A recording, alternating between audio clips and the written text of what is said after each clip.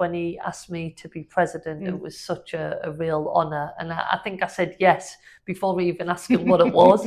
And then I looked into it and I was like, right, this is right up my street, or right up my field.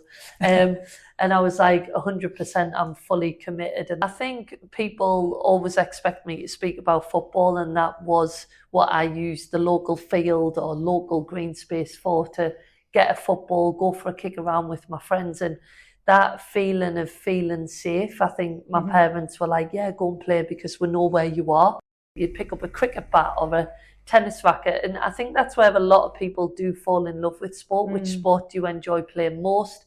And none of that would have happened unless you had this green space where you felt safe. So yeah, it has made me think a lot, because without access to them areas, would I have gone on to play football? Maybe not, because I wouldn't have had the opportunity to kick a ball for the first time in my local park. And then I didn't know that my local park wasn't protected. That was kind of a shock to me. And I think the feeling of thinking somebody could just take that away, that would impact my life, my family's life, so many of our kind of neighbours' life. And yeah, it definitely does make you think about things differently.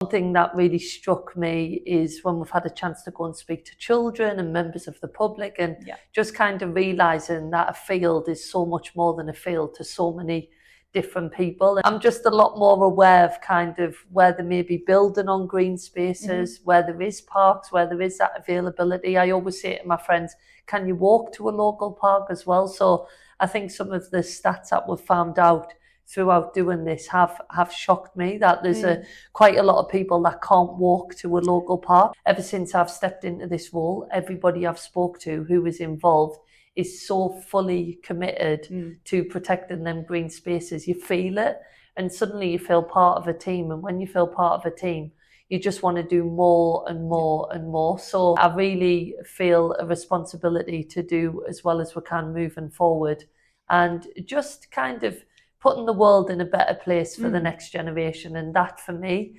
definitely includes green spaces. I always speak about sport for children, mental health, physical health, connections, learning to win and lose. Like sport, it just teaches you about life. It's not just about sport. But yeah, it's a real honour to be involved in the 100th year. As you say, we're not going to be here for 200 years, but hopefully there'll be a lot more fields that will be.